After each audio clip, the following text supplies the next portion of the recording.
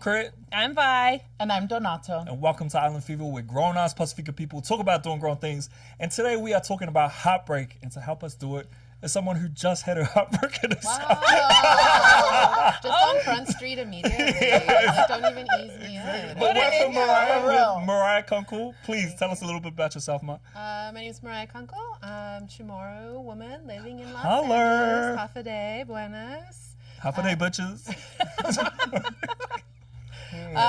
Working in the hospitality industry, veteran of marketing, spirits industry, entertainment, fashion, lived in New York and Los Angeles, and yes, I did just get my heart broken. I know, we're going to get into that. But there's another hobby that you get into. Can you tell us a little bit about that? Yes, I am a avid pole dancer. Not for money, just for the art and the creativity. Been doing that for about 2 years now. I also produce a burlesque show called Brown Sugar Burlesque, which is a predominantly black cast of performers as drag, burlesque, comedy, live music. So very, very passionate about, creative expression, especially, your more spicy types of entertainment.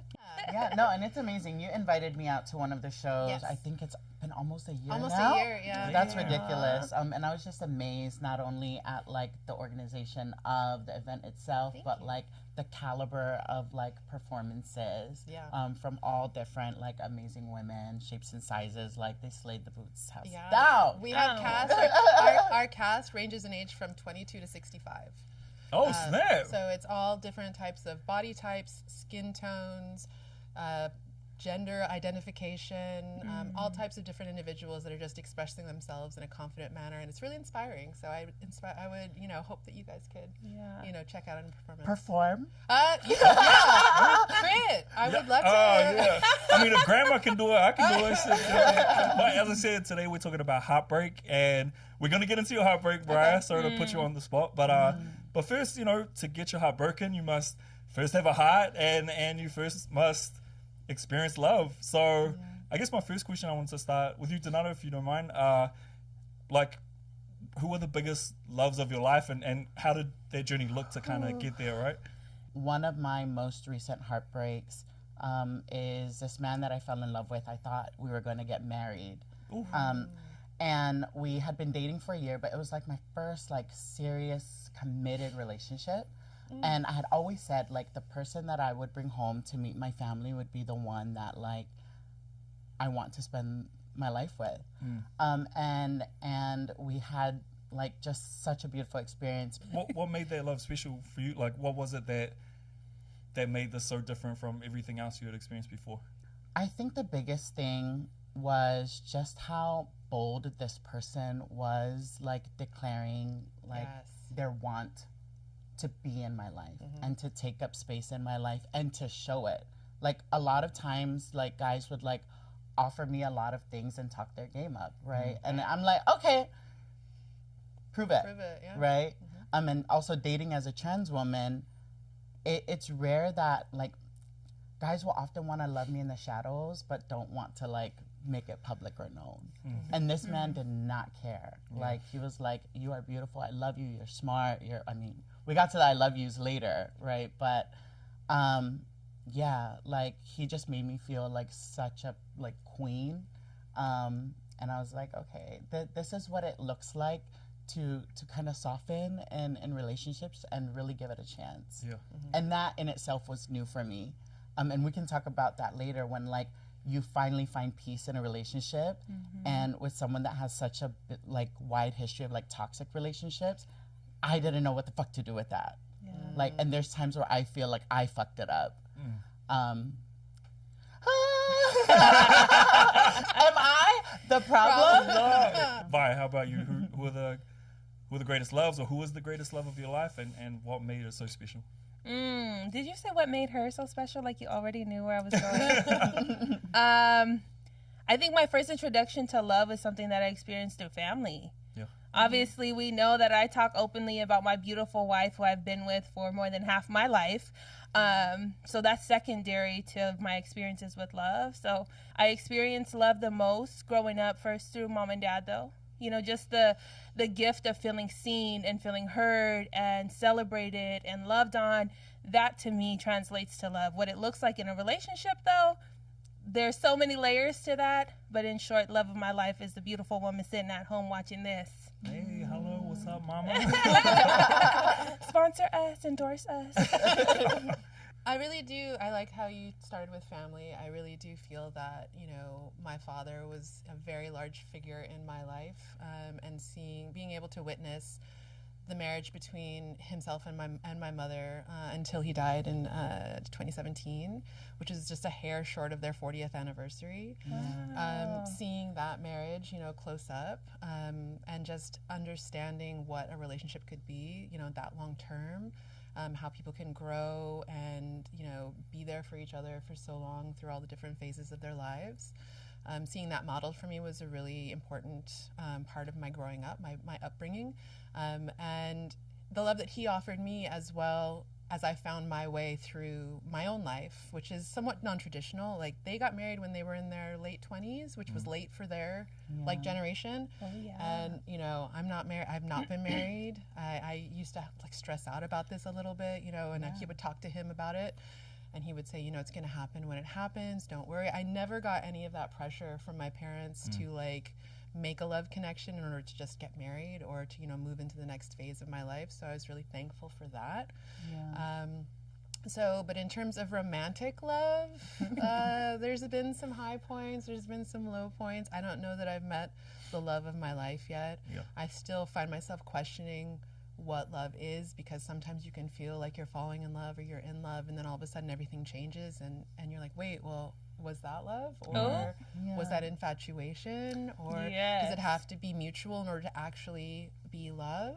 I will say that I had a recent relationship where I felt like we were approaching, you know, what I thought it was going to feel like to be in love, to both love and be in love at the same time, like feel the emotional connection and then also the sexual connection at the same time, which has been kind of rare in my path, but that didn't last. So, you know, just trying to accept the experience, be thankful for the experience, learn what I can from that experience, and then, you know, move on forward to the next thing, I guess. I'm so curious, like, for clients, Vi, like, how do you distinguish infatuation from love when you're dealing with clients? For a lot of my clients, I have to sometimes distinguish that, right? This attachment, this desire, this connection, those are aspects of love. But this outer layer of what you want for your life, how this matches up, the marriage, the kids, the car, the money, I'm not too sure that that's love. We kind of all mentioned marriage at one point or another, or the thought of marriage. Well, like, how much do you invest in the institution of marriage itself? Like, how important is that to you? Because for me, it's not really something that I desire or really care for. Not to say I don't see its value and especially, you know, respect it for other people, but for me myself, it's not something that I have to have, you know, or it doesn't necessarily validate the relationships in my life or the relationships around me either. 100%. I think that's a common space for a lot of people. I mean, I'm biased, but I feel like especially for queer folks, like, marriage does not equate as much value as heteronormative relationships. Like, we don't grow up picturing, oh, one day I want to have this beautiful, extravagant marriage. For us, having a partner and safely having that partner is more than enough for us. Like, beyond our wildest dreams. Right, for some like, of us. or even just to be out openly, you know, and loved on and celebrated by our community. That is the wedding for some of us. Yeah, I think I feel similarly. I think as I've gotten older, it's more about the committed partnership, and you don't necessarily need that sort of like legal framework overlaid on top of, you know, the relationship. It actually can, I feel, add additional pressures in terms of like, we have to stay together because we got married and things of that nature. So I'm not as focused on, you know, the actual process as much as I am trying to find, you know, a partner for life. That would be nice. That's real. Yeah, I hear all of that, and what's coming up for me is actually, like, as a younger kid, and this sounds sad to admit, like, I didn't believe I could actually aspire to a love that would ever get to marriage, right? Like, I think I'd seen enough examples of Fafafine growing up to, like, be the caregivers of their parents, never to, like, partner up or dream of building a life for themselves, right, in a certain way. that it was always going to be rooted in this life of service to their parents. And so, you know, there's the little girl in me that would like dream of having a wedding, but was like, that's going to be so far-fetched from my reality. Yeah, like so out like, of reach. Yeah. Yeah. And then especially, you know, growing up and navigating like relationships with men, you know, and specifically is like, again, them just wanting to like, maybe they're infatuated with me, right, to an extent, and they want to experience me in the shadows, but wouldn't dare like profess like their desires for me openly. Right. So wedding is just kind of so completely like, out of it. Yeah. But not also too, sis, do you feel like you just described infatuation, right? Like experiencing how men are infatuated with you, that translates very different on the receiving end, right? Like, you know, when someone is infatuated versus when someone is loving on you and genuinely interested in pursuing you. Yes. Yeah. Yes, I don't know sometimes though. Yeah. I think some people are really good at, you know, presenting a picture of what they think the other person wants.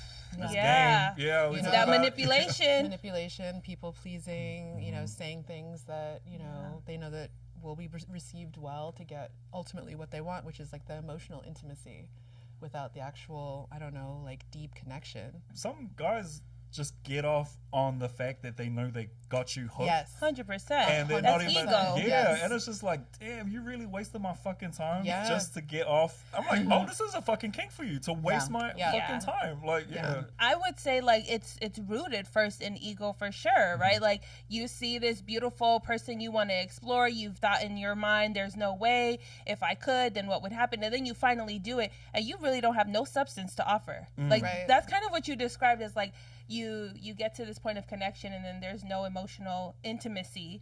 You don't even feel the emotional stability maybe, and you're like, not anymore. Yeah. So was this just for shits and giggles to say that you bagged a beautiful woman? Right. I could have had it if I wanted it. Sort of And thing. I feel like I have, like, throughout my life, I've been pretty good at like reading. Come on, you know, insight. like you feel it. Yeah. But this, like, recently I was like, you know what? I'm just gonna maybe like lean into it and see. Maybe it's different. And then it was not different.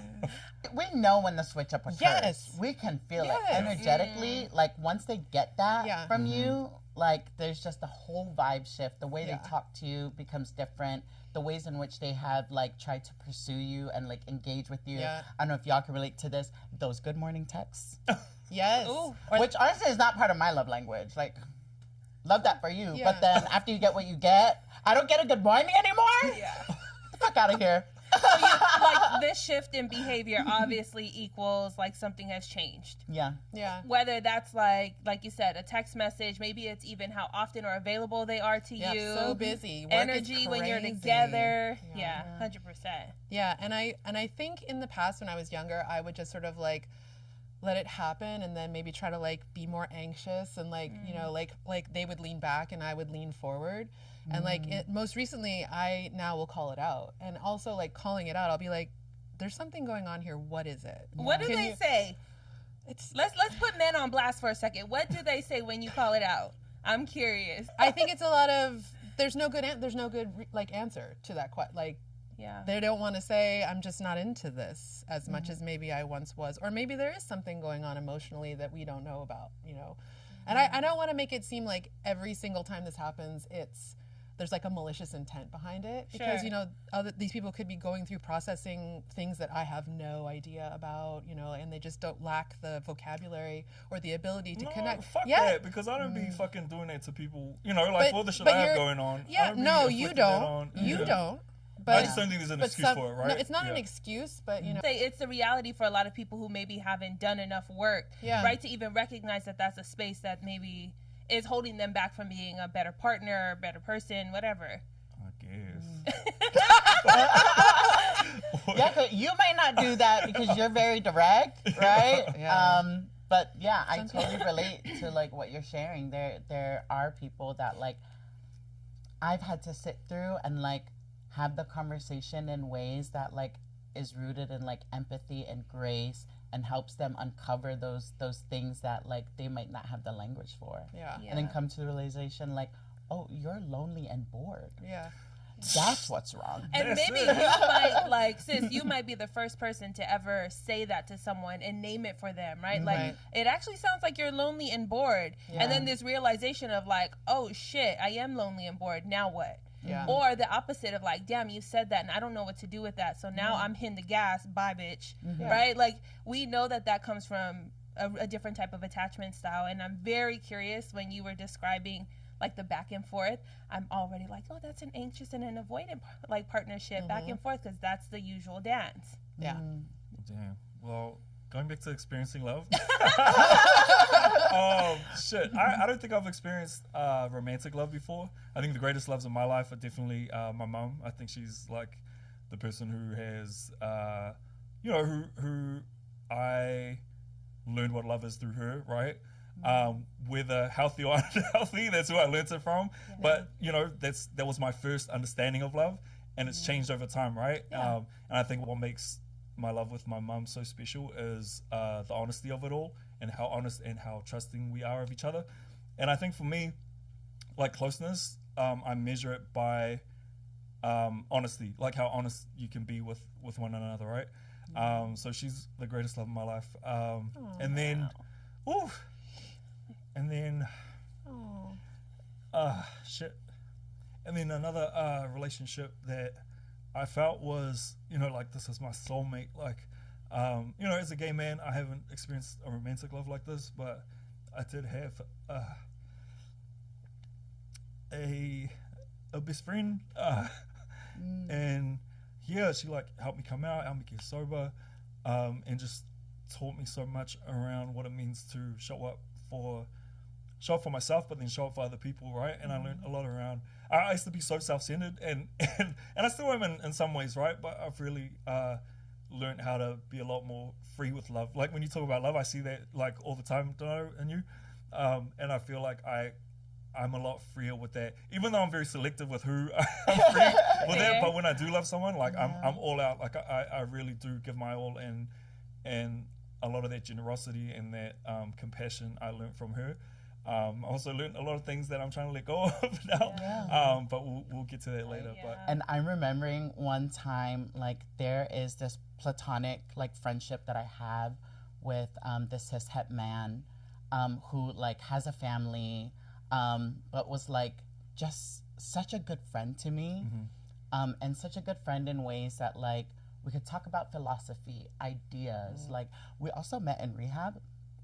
And it's a place where you're forced to be vulnerable with complete strangers. Yeah. And like at face value, this is never someone I would like normally pick out of a crowd and like be called to befriend. Right. Yeah. Like intentionally share your deeper parts of your life. Yeah, completely like different in like identities and like just looks and things that like I never thought I would like be a friend with this person. But I remember the morning that they left, they had been like completed the program and went home. The night before, we got together with a group of friends, spent all night together, even though we weren't allowed to do that. Watched movies all night, packed together. Was such a really beautiful and meaning like friendship. Like to this day, we still check in on each other. But it was really uncommon for me to have this type of like friendship with the cishet man that's also married. Yeah. Like there was never anything about it that made me feel ick. Like he made me feel seen, respected. But I remember that morning when he left, like we had missed saying goodbye that morning, even though we spent like most of the night like hanging out just to like slowly say our goodbyes. But I was so choked up that day, like in group therapy. And like my therapist was like, what's going on? Like, I was like, I don't know what the fuck is happening. I'm choking up. I'm like, I don't understand. And like, I talked through it and like everyone like knew how close I was with this person. So they were like, it sounds like you're experiencing heartbreak. And I was like, but like, I don't romantically like this guy. How can my heart be breaking in this way? It was like, you're grieving. Yep. Yeah. I was like, oh, and then the floodgates like continually because I was able to name it, but like I didn't. Right. And it's true though, we can actively grieve folks who are still present and alive, right? We can grieve relationships, we can grieve jobs, we can even grieve experiences that we've had or haven't had the opportunity to have. Like grief is not only tied to people who have passed through this life. Right. Yeah. I guess that's my next question too, and you alluded to it. What have been the biggest heartbreaks of your life, and how did they go? Like, what did they look like? okay, controversial take while y'all take a deep breath, because I felt the energy go, I got y'all. A lot of people don't believe this, but you can certainly experience heartbreak in a relationship, in a marriage, in friendship, and still have those relationships active. I'll give you an example. Think about when you are betrayed in your relationship. Think about when there are boundaries that are crossed or violated, like choices being made without you being a thought partner in consideration. That can be heartbreaking. Not as deep, I'm sure, for some people. Be like, well, bitch, she didn't cheat on you. She didn't go have an affair. That doesn't change the feeling or the impact. And I think people need to know intention and impact, two very different things. We can have great intentions to show up in a way that's meaningful to our partners and still hurt someone and still violate their trust and their ability to feel safe and seen with you. Oh, absolutely. My brother has broken my heart like multiple fucking times. See? Yeah. Like just really... just being really inconsiderate and like just you know how fucking no one can push your buttons like your siblings can, and like or your parents. They know the buttons because some of them they put there. But like no one can fucking hurt me like my brother can, and he knows exactly what to say to just fucking like just rip everything. But the crazy thing is, like I still love my brother with like all my heart. It's crazy. It's not crazy. It actually makes a lot of sense. Like love doesn't stop sometimes, even though we experience pain or heartbreak. Like that is the reality and the complexities of love. Like even sometimes, not saying you feel this way about brother, but like sometimes when we don't want to extend our love, sometimes when we don't want to feel that way and express that anymore, we sometimes can't help it as human beings. But if you ask me, I feel like that's some of the most beautiful pieces of human. It's like we have a capacity to love beyond the deepest, darkest pains that people have, you know, really kind of like put us through. Yeah, oh my God, I can't believe my voice cracked all the way fucking up and doing that. But it's true, like my brother, like, and you know, going back to, I really do believe that love is unconditional. There's no such thing. You can't just turn it off. If it's real love, it never goes away. I might not be able to stand you or like I don't want to be anywhere fucking near you, but I still like love you and want what's best for you, you know, regardless, you know. So yeah, that's my brother to me a lot of the fucking time. It's just like, but yeah, he's a big one. My biggest heartbreak was losing my father. Yeah. I essentially measure my life now in like two phases. It's, you know, before my father died and then after my father died. Yeah. I'll even like look at pictures that were taken like before he died and I'd be like, oh, that's when I had a dad. But I still have a dad. I know that I still have a dad, but it was just such a huge loss. He was, you know, he was like this fountain of never-ending support. I can't even recall being in a fight with him once. He was supportive of literally anything I would do all the time. He would call me all the time. He was super like emotionally available. He would cry if you gave him one of those like super like long Hallmark cards with all the writing and the calligraphy. If you gave him a card like that, he would just start crying. So to have that as sort of like my number one guy throughout, you know, my entire life, and then to lose him very suddenly, I wasn't able to be there when he passed. I was in New York City. He just went a lot quicker than we all thought he was going to go. So I didn't get the chance to say goodbye to him before he was gone. So I did have a partner at the time that was still relatively new, and I really think, and it wasn't a very long-term relationship, but I honestly feel like he was there to be a bridge through that experience.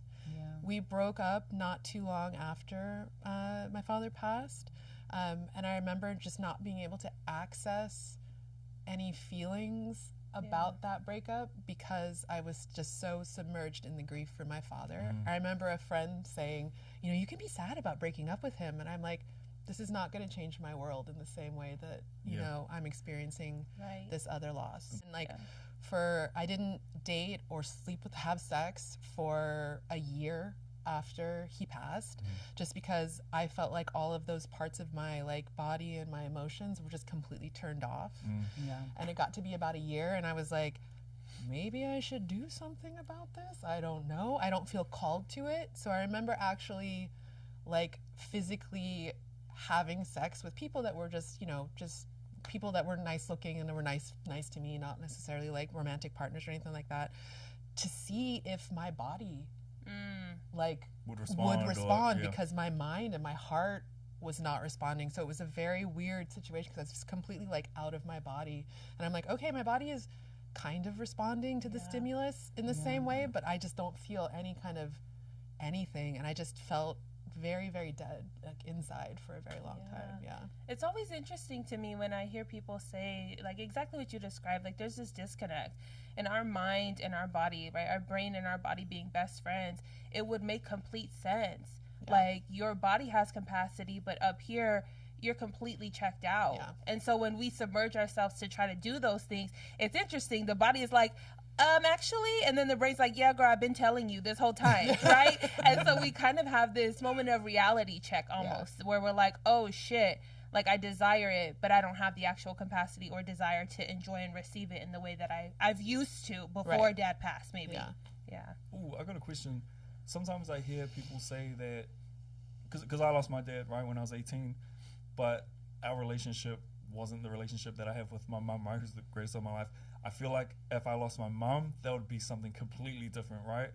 And so I've heard people say when they have a loss like that, like your heart never stops breaking. You just learn to manage it, you know, as time goes on. Is that something fair to say? Like you do feel that heartbreak like constantly, or constantly. I liken it to, you know, being stabbed with a very sharp knife. Like you just carry that in your chest at all times, and sometimes you hit the knife and it twists a little. Some days it's very present, but it's just always there, and you just get used to it. You don't necessarily like forget it. It doesn't go away.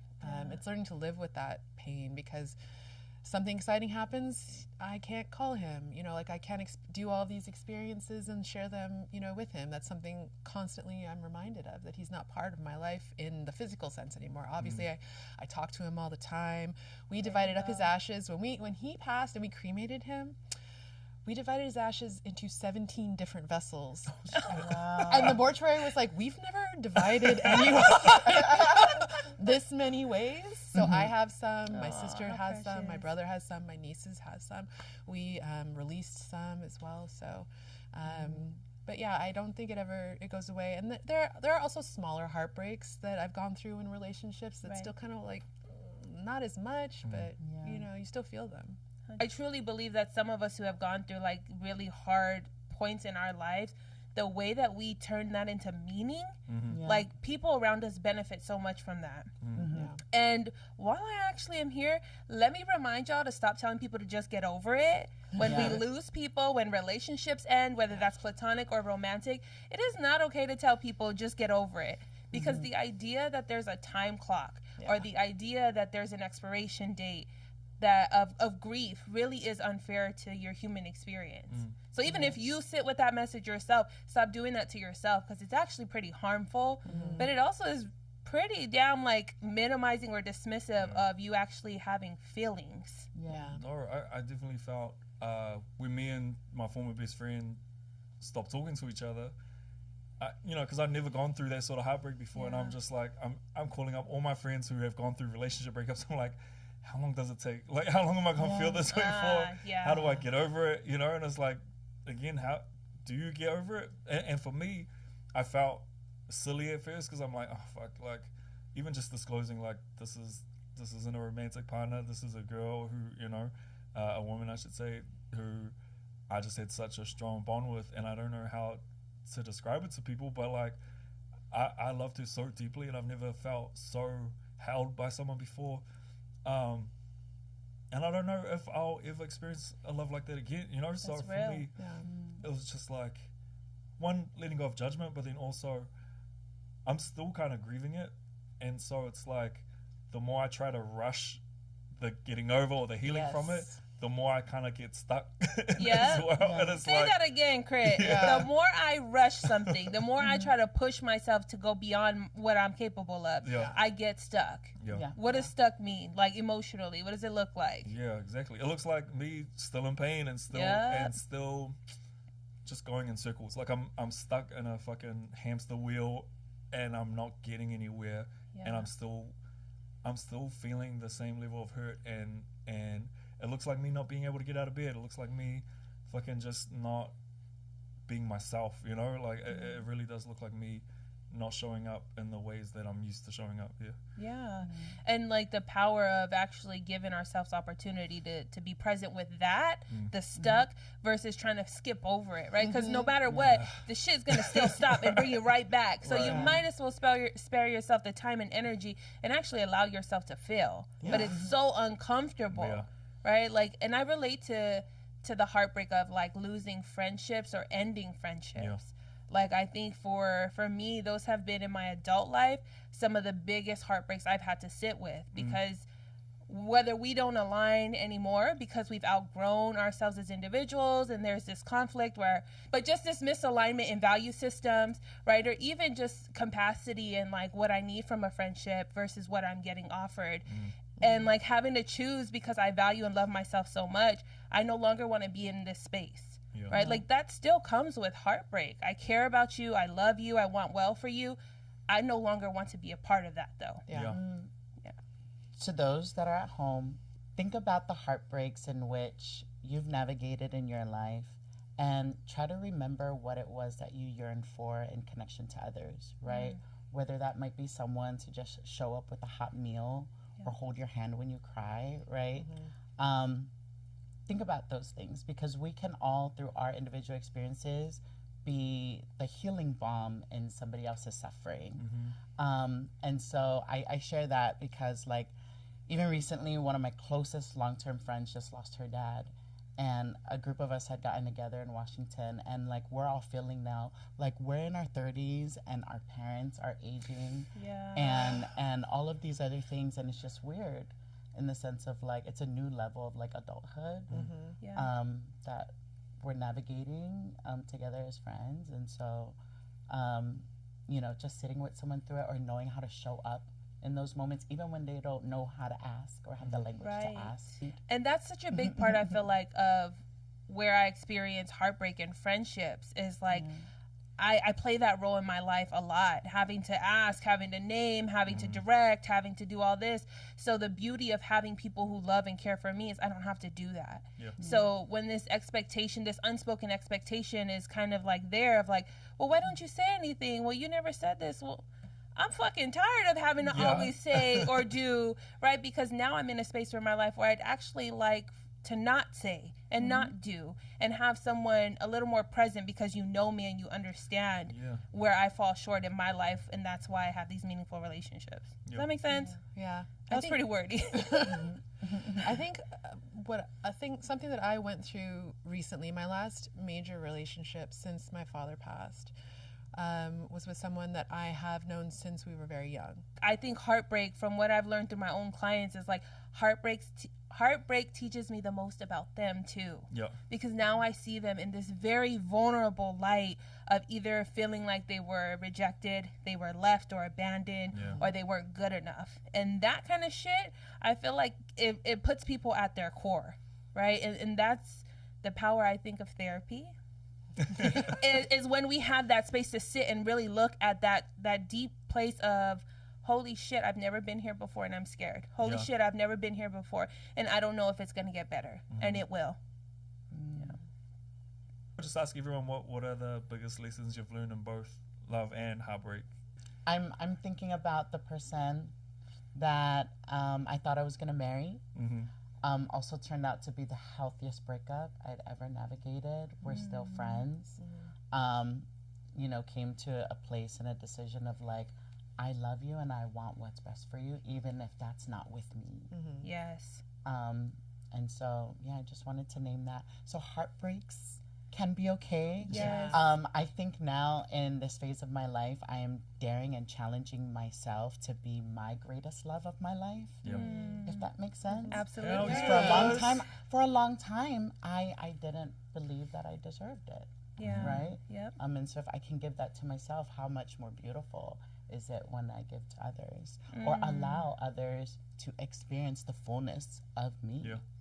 Yeah, we're only able to offer love in the greatest form that we allow ourselves to receive from us. Like, I truly believe that the best gift we can offer ourselves is self-love. But it does take the waves of pain, of grief, before we actually see value in that, unfortunately. But when you do, like you said, sis, it's so transformational. It's healing. It changes the game for how you date and even how you marry. Because I aspire to that for the legal reasons. Especially as a trans person, y'all. Like, and I know my family will never, like, do anything, you know, to, like, diminish, like, my humanity and my life experience. But, you know, when on the path that I'm striving towards to build a legacy for other queer and trans Pacific Islanders, I'm going to need a partner that's going to be able to match that energy, meet me at that frequency. And so there's so much more that I just don't tolerate because I don't have the time or the emotional capacity to deal with other people and their shit. But I do. Therapist. I do. I'm a therapist. I'm not a therapist. For it, yeah. But you're going to pay for it too. Yeah. Call my good sis. I mean, I feel like I'm still learning. You know what I mean? Like, I think I try to stay as open as possible and as positive as possible because it's really easy to get bitter. Yeah. Staying open to love, I think, is, you know, a very important thing. Lessons from heartbreak. I also feel that you need to, like, let yourself, like, grief doesn't make sense, pain doesn't make sense. And I think a lot of people are very hard on themselves as far as they need to be a certain way through the process at a certain time, feeling very frustrated. And I really found a lot of solace in having those days where I didn't want to get out of bed. And I'm like, today I'm just not going to get out of bed. I'm not going to do this every day. But, you know, today this is what I'm feeling and I'm going to do that. Yes. Because if I keep ignoring this feeling, it's never going to change. Nope. It's knocking at your door like the toxic ex that won't get away for some people. Don't know anything about that. Some of my clients go be like, no, she didn't. Yes, I did. Don't answer the door. I think heartbreak and love, some of the only thing that comes to mind is, like, one, healing is not linear, and discomfort is a part of that journey. No matter what, like, we're going to be uncomfortable. And if you're not uncomfortable, how much are you actually growing? More than anything, though, I think there's an invitation to look at self whenever we go through heartbreak specifically, because there's reminders of how strong we are, how capable we are, and also just how much of a bad bitch, how loving, how caring, how badass you are. Like, there's so much to learn about yourself through heartbreak, and it's not always skewed to darkness and sadness. There is light if you allow yourself to look at it. Sweet, yeah. I think for me, some of the biggest things that I can think about as I'm experiencing a lot of pain, I try to intellectualize everything, and when I do that, when I try to, you know, break down things and why am I doing this and how can I get through it, like, it takes me out of just feeling it and experiencing it, and I think if I allow myself to just do that, I can let it process and just move through me the way that it's supposed to, rather than getting stuck. And I think that's one of my little things that I get stuck in, is trying to intellectualize everything. But the other thing is just, you know, I think everybody's kind of touched upon it, like, just staying open to love and not regretting anything, you know, like, even if my heart gets broken, it's okay, like, still get out there, because at least you can experience that, right? And I think I'd rather go out and get my heart broken than not experience trying at all, you know. And I think that's one of the conversations I have with one of my greatest loves too, Boopsy. Shout out to Boopsy. So, like, I think some of my greatest loves are my friends, you know. And I think that's another thing to remember, is that, you know, these are the people you choose as family, and I think that that has really warmed my heart and got me through so many crazy times, right? And so, yeah, I think the last thing I'll say is just, you know, even at 40 years old, I still believe, like, some of my greatest loves are still yet to be experienced. Oh, yeah. You know? Oh, yes. 100%. That is a word, y'all. Like, even when you think you've had the biggest heartbreak, there's always an opportunity to experience a new love or a different form of love. Yeah. Exactly. that could surprise you. Hello. And heartbreak, let us be clear, heartbreak reminds us that you are human and that you're alive and you're living. And so my encouragement to anyone who is experiencing heartbreak is to remember that at the heart of all of this is you. It's you. So let's go cry about it and break some hearts. And on that note, bye. Bye. Thank you.